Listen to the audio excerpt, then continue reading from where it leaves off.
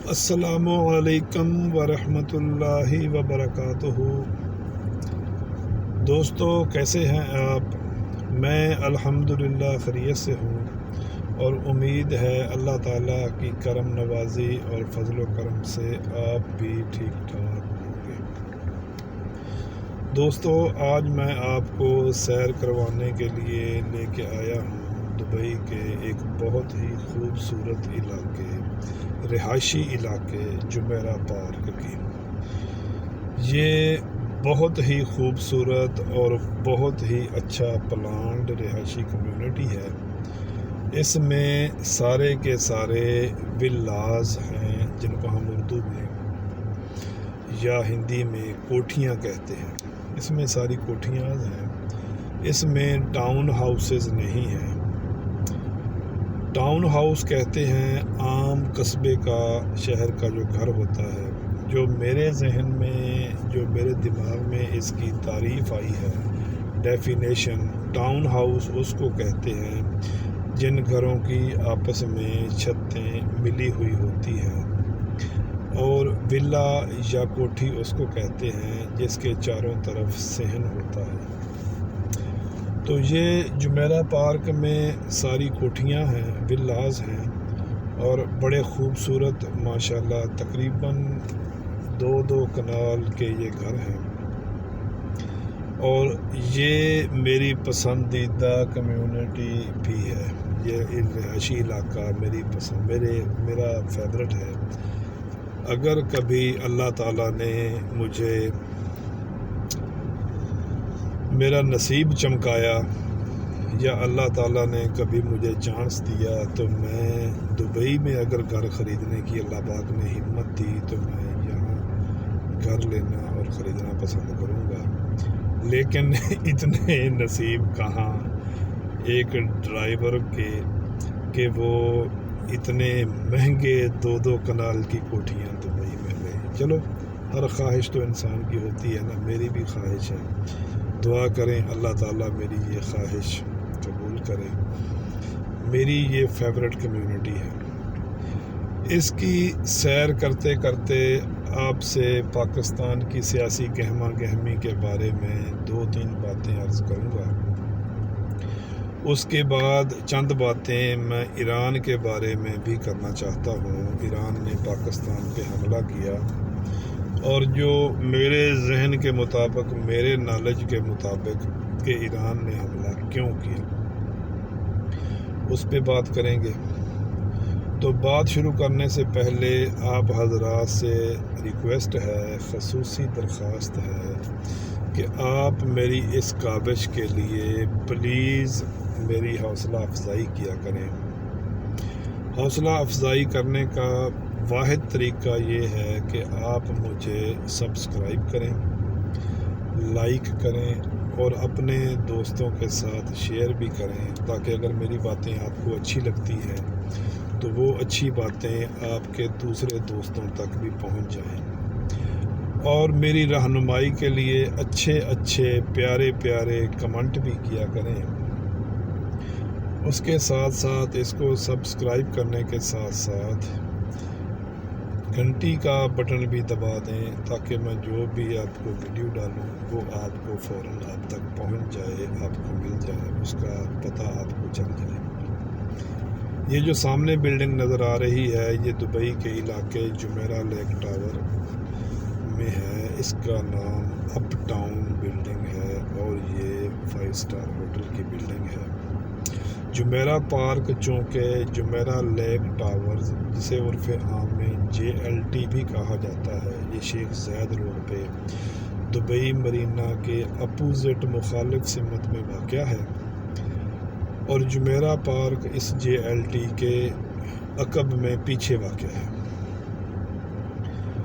تو سر جی، آپ میری حوصلہ افزائی کریں، میری رہنمائی کے لیے اچھی باتیں کریں، مجھے کمنٹ کریں۔ اگر کوئی بات آپ کو اچھی نہیں لگی یا آپ کو محسوس ہو کہ یہ میں نے بات صحیح نہیں کی، غلط کی ہے، تو آپ مہربانی کر کے اچھے کمنٹ کر کے اچھی بات کے ذریعے میری رہنمائی کریں، میری تصحیح بھی کریں۔ میں خندہ پیشانی سے آپ کی اس بات کو سنوں گا اور اپنی تصحیح کرنے کی کوشش کروں گا، اور ایسے ہی بندہ سیکھتا ہے غلطیوں سے۔ اور دوسرے نمبر پہ جو بندہ اپنی غلطی تسلیم کر لے وہ انبیاء کی سنت پہ عمل کر رہا ہوتا ہے، آدم علیہ السلام کی سنت پہ، یونس علیہ السلام کی سنت پہ، یا دوسرے انبیاء کی سنت پہ۔ غلطی کو نہ مانتے ہوئے اکڑ رکھنا یہ تو شیطان کی سنت ہے۔ شیطان نے غلطی کی تھی اور اکڑ گیا تھا کہ اس نے اپنی غلطی سے رجوع نہیں کیا گیا تھا، تو اسی طرح سے لیے اللہ تعالیٰ نے اس کو مغضوب قرار دیا، اس کو نکال دیا۔ تو مجھے بہت شوق ہے، اگر میری کوئی غلطی کی تصحیح کرنا چاہے تو میں بڑی شوق سے اسے اپنی غلطی کو تسلیم کرتا ہوں۔ اور سیاسی بات یہ ہے سر جی کہ جس بندے کا بھی 18-20 سال عمر ہے اور جس بندے کا ووٹ بنا ہوا ہے، جس بندے نے پچھلے 13 میں نون لیگ کو ووٹ دیا تھا، 2013 سے میں پیچھے نہیں جاتا، جس بندے نے 2013 میں نون لیگ کو ووٹ دیا تھا اور اس نے 5 سال نون لیگ کے آپ نے دیکھے، اتار چڑھاؤ آئے، کافی باتیں ہوئیں، پاناما آئی، ڈان لیکس آئی، کرپشن پکڑی گئی، بہت کچھ ہوا، حضور یہ ہیں وہ ذرائع، الحمدللہ وہ فلیٹس ہمارے ہیں، اور یہ لندن تو کیا پاکستان میں بھی کوئی پراپرٹی نہیں ہے، پتہ نہیں یہ ہماری جائیدادیں کہاں کہاں سے نکال کر لاتے ہیں سے جو سفر شروع ہوا، وہ سفر یہ جو دہشت گردی ہے اس کے پیچھے وردی ہے سے جو سفر شروع ہوا، وہ اب یہ جو دہشت گردی، یہ جو سونی دھرتی ہے اس کے پیچھے وردی ہے، اس پہ وہ سفر اب ختم ہوا چاہتا ہے۔ آپ نے سنا ہوگا ٹی ویز پہ بیٹھے صحافیوں سے، اور 99% یہ بیانیہ مسلم لیگ نون کا تھا، جب وہ برملا یہ کہا کرتے تھے کہ جب ہمارا جج آئے گا ہمیں انصاف دے گا۔ اس سے ایک بات تو ثابت ہوتی ہے کہ ان کو نظام عدل پہ اعتماد نہیں تھا، ان کو اپنے جج پہ اعتماد تھا کہ ہمارا جج آ کے ہمیں انصاف دے گا۔ ایک بات۔ دوسری بات، جب سابق وزیر اعظم پاکستان، بانی chairman P T I Imran Khan نے اسمبلی تحلیل کی پنجاب کی اور کے پی کے کی اور الیکشن کا مطالبہ کیا، تو جو بھی آپ عقل و شعور اور آگہی رکھتے ہیں آپ کو پتہ ہوگا یہ کہا کرتے تھے کہ الیکشن کروانے ہیں تو عمر عطا بندیال کی ریٹائرمنٹ کے بعد کروانا۔ یہ اکثر مطالبہ کرتے نظر آتے تھے اور کہتے تھے کہ عمر عطا بندیال کی ریٹائرمنٹ کے بعد الیکشن کروانا، اور پھر آپ نے یہ بات کو دیکھا کہ ان کا اپنا جج آیا، اور ان کے اپنے جج آنے کے بعد عدلیہ نے کیسے ان کو فیصلے کو چھوڑیں، فیصلے نہیں، کیسے عدلیہ نے ان کو انصاف دینا شروع کیا، اور انصاف آپ کو ہوتا ہوا نظر بھی آتا ہے، کیسے پورا سسٹم ایئرپورٹ پہ پہنچ جاتا ہے، بلکہ ایئرپورٹ پہ پہنچنے سے پہلے ایک بھگوڑے کو، اشتہاری مجرم کو لندن سے ملک کا سفیر روانہ کرتا ہے، اور جب وہ اشتہاری بھگوڑا ایئرپورٹ پہ آتا ہے تو بائیو میٹرک سسٹم اس کے لیے ایئرپورٹ پہ پہنچ جاتا ہے۔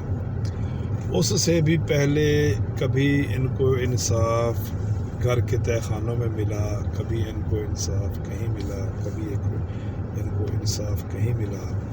ان کو تو انصاف ملا، اور اس انصاف ملنے پہ انہوں نے اللہ تعالیٰ کا شکر بھی ادا کیا۔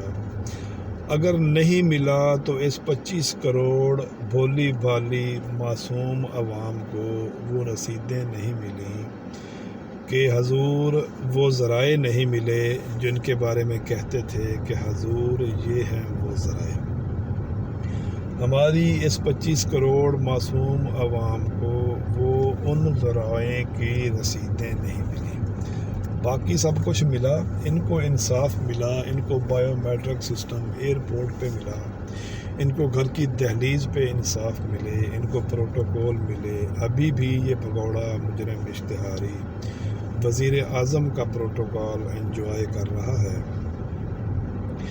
اور ان کا اپنا جو جس جج کا انتظار کر رہے تھے وہ کیسے کیسے انصاف فراہم کر رہا ہے وہ آپ بخوبی دیکھ رہے ہیں۔ دوسری بات آپ سے یہ عرض کرنی تھی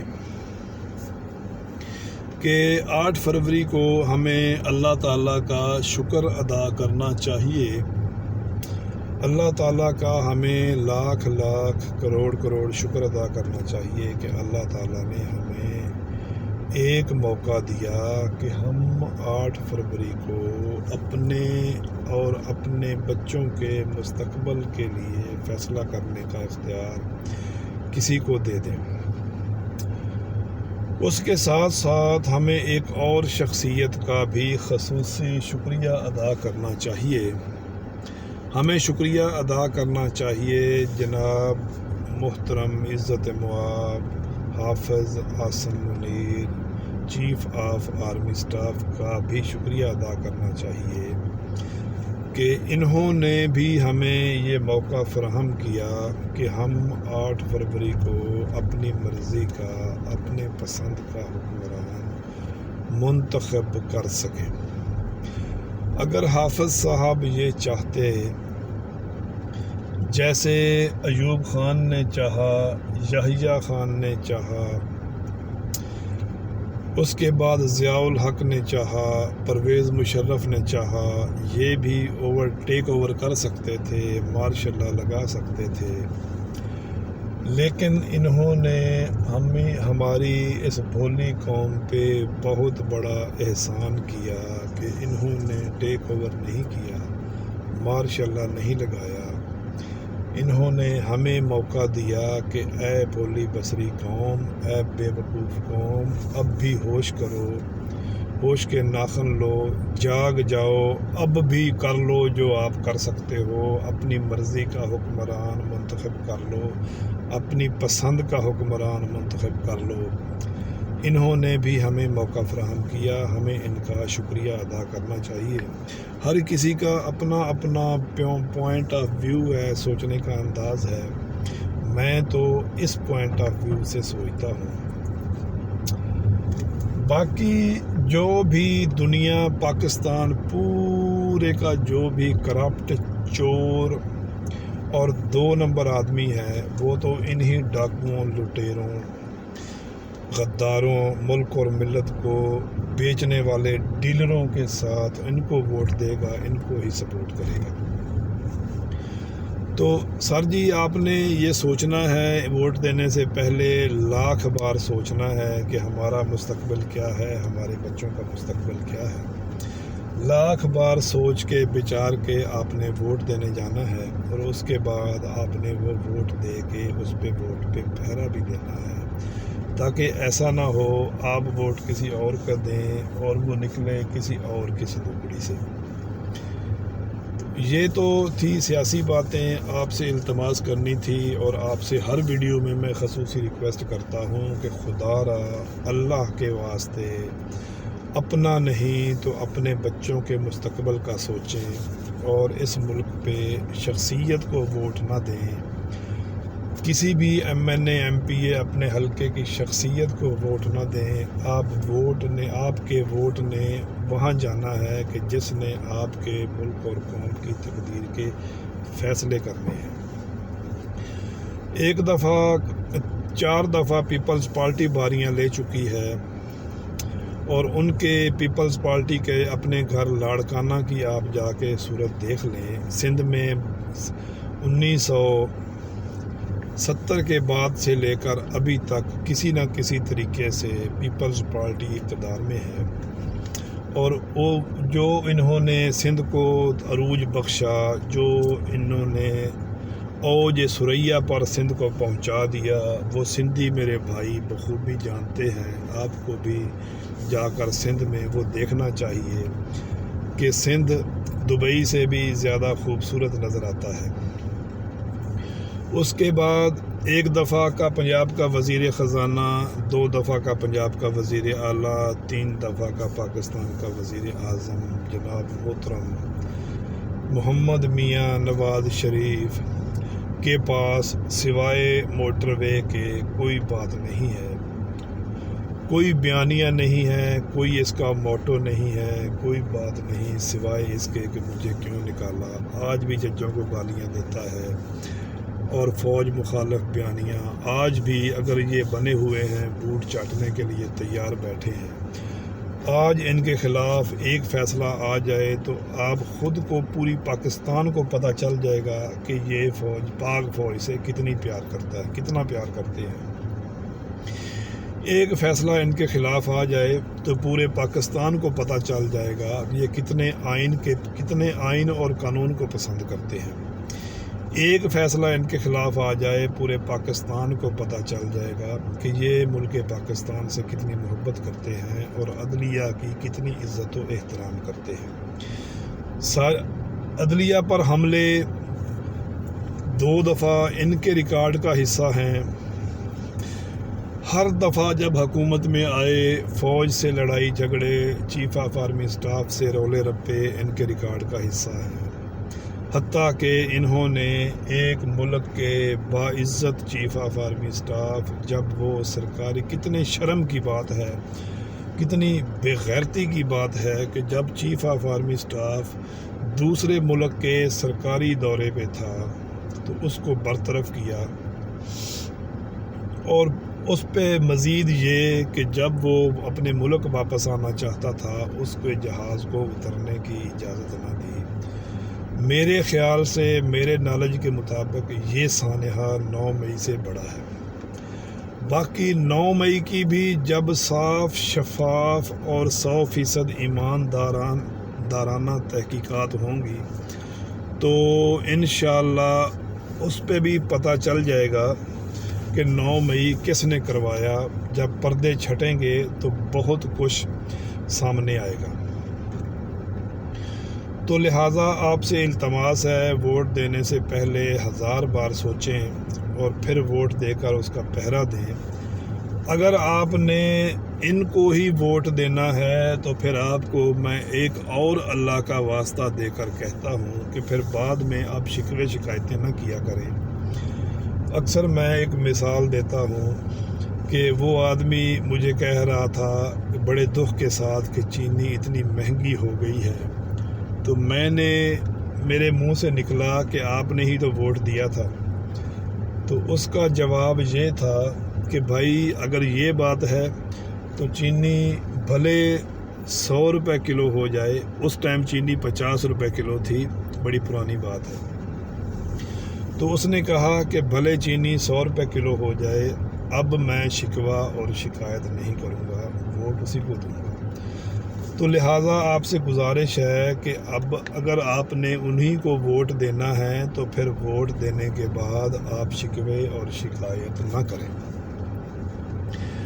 یہ تو آپ سے ریکویسٹ تھی سیاسی کہ آپ خدا کے واسطے آپ اپنے بچوں کا مستقبل ذہن میں رکھتے ہوئے یہ بات سوچیں، فیصلہ کریں اور پھر ووٹ دینے کے بارے میں سوچیں. دوسری میں آپ سے عرض یہ کر رہا تھا کہ یہ بہت دنوں سے ایران نے حملہ کیا کہ ایران ایک برادر اسلامی ملک ہے. برادر اسلامی ملک پہ بڑا زور دیا جاتا ہے. میں آپ کو یہ بتانا چاہتا ہوں کہ ایران نہ برادر ملک ہے اور نہ اسلامی ملک ہے. ہو سکتا ہے کہ چند 2, 4, 5% طبقے کو یہ میری بات اچھی نہ لگے، انشاءاللہ وقت یہ بات بتائے گا کہ یہ بات میری صحیح تھی۔ پاکستان کا وہ کتنا اچھا دوست ہے، یہ اس کا اندازہ آپ اس بات سے لگائیں کہ جب 1965 میں انڈیا نے پاکستان پہ حملہ کیا تو ایران نے انڈیا کو اڈے فراہم کیے اور ان کے طیاروں کو تیل بھی دیا، ایندھن بھی فراہم کیا پاکستان پر حملے کے لیے۔ امریکہ نے پابندیاں لگائیں، پاکستان پہ پابندیاں لگاتا ہے، ہماری کیا حالت ہو جاتی ہے۔ بظاہر جو امریکہ نے ایران پہ پابندیاں لگائی ہوئی ہیں، ایران کی معیشت پہ اس کا کیا اثر ہوا۔ انڈیا علل اعلان امریکہ کی بات کو نہ مانتے ہوئے ایران سے تیل بھی لیتا ہے، اور امریکہ نے کبھی آج تک انڈیا سے کچھ کہا؟ آپ کے علم میں ہے کہ آپ اس سے کیوں لیتے ہو؟ تو لہٰذا اس کے بعد 1971 میں جب ہمارا دوسرا پیارا ملک بنگلہ دیش بنا، ہمارا ایک بازو کٹ کے علیحدہ ہو گیا، تب بھی ایران نے انڈیا کی مدد کی۔ ایک دفعہ آپ کو یاد ہوگا کارگل کے موقع پر یا اس کے بعد کشیدگی میں تھوڑا سا اضافہ ہوا انڈیا کے ساتھ، تو ادھر سے ایران نے بھی ہمیں دھمکیاں دینی شروع کی، اور بہت سے دہشت گرد آج بھی ایران میں پناہ لیے ہوئے ہیں، جن میں ایک بہت نامی گرامی عزیر بلوچ کا بیان بھی موجود ہے کہ وہ ایران میں اس نے ٹریننگ حاصل کی، اور اس کے بعد ایک جو ادھر سے جاسوس انڈیا کا پکڑا گیا تھا، وہ انڈیا سے ایران سے بیٹھ کر اس کے ڈاکومنٹس وغیرہ تھے، اور وہ ایران میں بیٹھ کر اپنا نیٹ ورک چلا رہا تھا۔ ابھی مجھے اس کا نام زبان پہ نہیں آ رہا، نام یاد آئے گا تو میں آپ کو نام بھی بتا دوں گا۔ تو حضور والا ایران پاکستان کا اتنا برادر ہے کہ کوئی دشمن پاکستان پہ حملہ کرتا ہے تو یہ اس کی مدد کرتا ہے۔ دوسرے نمبر پہ ایران نے یہ پراپوگنڈا کیا ہوا ہے کہ میں امریکہ اور اسرائیل کا مخالف ہوں۔ میرا یہ دعویٰ ہے پورے پاکستان میں کہ اگر میں مر بھی جاؤں، اگر ایران سے امریکہ کی طرف یا اسرائیل کی طرف ایک بھی میزائل فائر ہو تو آ کر میری قبر پہ پیشاب کر دینا۔ اس کا پروف، اس کا ثبوت یہ ہے، ایران اور امریکہ کی دوستی کا ثبوت یہ ہے، ان کے ایک ہونے کا ثبوت یہ ہے کہ جب امریکہ نے عراق پر حملہ کیا تو ایران نے امریکہ کی مدد کی، اور جو نوری المالکی نام کا یا اس سے پہلے جو بھی پھر امریکہ نے عراق پر اپنے حکمران مسلط کیے، وہ ایران کے حمایت یافتہ تھے اور شیعہ تھے۔ ہو امریکہ کا دشمن، ہو امریکہ ایران کا دشمن، اور ایران کے خاص بندوں کو وہ اقتدار میں لائے۔ یہ دشمنی اب میری سمجھ میں تو نہیں آتی، اگر آپ کی سمجھ میں آتی ہے تو آپ دیکھ لیں۔ اس کے بعد پھر امریکہ نے افغانستان پہ حملہ کیا تو ایران نے کھل کر اس کی سپورٹ کی۔ اس کے بعد شام میں جو مسئلے مسائل ہوئے، وہاں بھی ایران نے کھل کر امریکہ کی سپورٹ کی۔ جہاں بھی کسی مسلمان کے ساتھ کوئی مسئلہ ہوتا ہے، امریکہ حملہ کرتا ہے، ایران اس کی سپورٹ کرتا ہے۔ ایران اور اسرائیل دو ایسے ملک ہیں جو آپس میں ایک ہیں، ملے ہوئے ہیں اور اکٹھے ہیں۔ جیسے اسرائیل کا خواب ہے گریٹر اسرائیل بنانا، اسی طرح ایران کا بھی خواب ہے گریٹر ایران بنانا۔ ایران کا کوئی مذہب نہیں ہے، یہ سب سے پہلے ایرانی ہیں، اس کے بعد ان کا کوئی مذہب ہے۔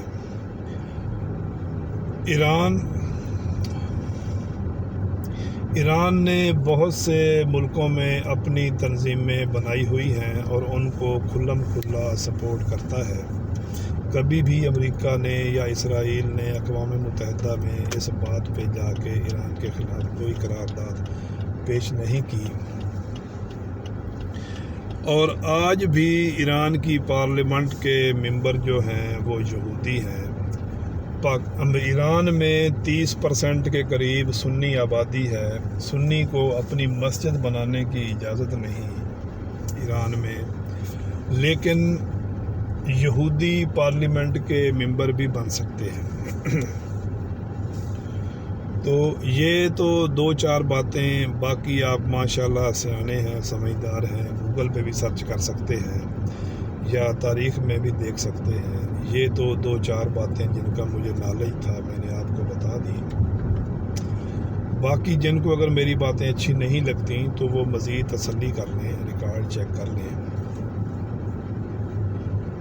ابھی بھی دنیا میں ایران میں بہت سارے یہودی رہتے ہیں اور ایران کی پارلیمنٹ کے ممبر بھی ہیں۔ سنی کو اجازت نہیں ہے کہ وہ ایران میں اپنی ایک مسجد بھی بنا لیں، لیکن یہودی پارلیمنٹ کے ممبر ضرور بن سکتے ہیں۔